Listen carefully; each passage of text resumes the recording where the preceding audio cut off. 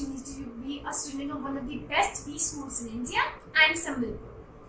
I'm here to give you a few last-minute tips and tricks to top off your months of incredible preparation and make sure you do the best in your D-Day. My first tip would be recognize your strengths but don't be over-reliant on them. We all have a certain inclination. Some of us are better at DI, some of us are better at LR. It's very important for you to recognize what you're good at. But don't be over-reliant on the sets you think you might be good at. Give a solid chance to DI if you feel you're good at LR, and LR if you think you're good at DI, because they might have one or two sets or 4 or 5 questions within it which might be really easy and you don't want to miss your chance with them. Budget your time very, very sincerely. We do go with the strategy that I will only spend 8 minutes or 10 minutes on a set. But what happens when we sit down and start writing the examination is that we get to attach to solving a set and we might go over our time. Absolutely do not do that.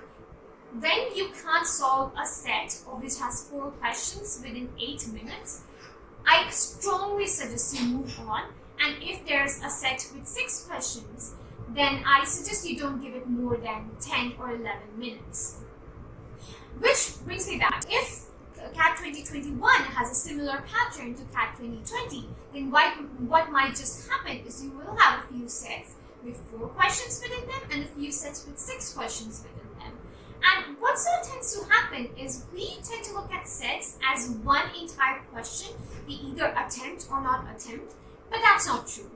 Sometimes what happens is we might be able to solve 1 or 2 sets completely and be able to make sure that we get a good score just by solving a few questions in each of the other set. So when you're choosing your set, just don't look at the problem, like the set question. Do also give a chance and look through all the sub-questions within it. Because what might just happen is you might get a set with 5 paragraphs, 3 tables, it might look very information heavy. But if you go to the questions, you'll find out that you can actually just backtrack, or the questions are not reliant on all the information available, and you might just be able to solve them quickly. So do give a chance and do while you're going through the set. Give a read to all the questions so you can pick up the right questions for you, not just the right sets.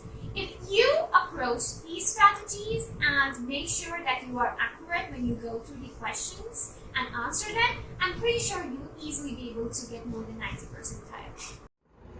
Hello, I'm Jalaj Tiwari and I had scored 98 percentile in CAT 2020. I'm here to provide you with some last moment tips so that you can also ace the DILR section in the upcoming CAT. First and the foremost, never assume when it comes to pattern-based questions. It might be appealing, but the questions are sometimes set trickily to encourage that. Don't be greedy with questions. Unlike VARC and quants, people tend to be able to solve much fewer correct questions in DILR. Therefore, prioritize accuracy over the number of attempts. Don't take in the entire information given in the set, but rather skim through the set, read the question and strategize which part of the set you want to focus on. Be comfortable with graphs and reading them.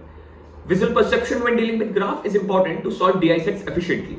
Above all, keep calm, because that helps you to think clearly and not make silly calculation errors.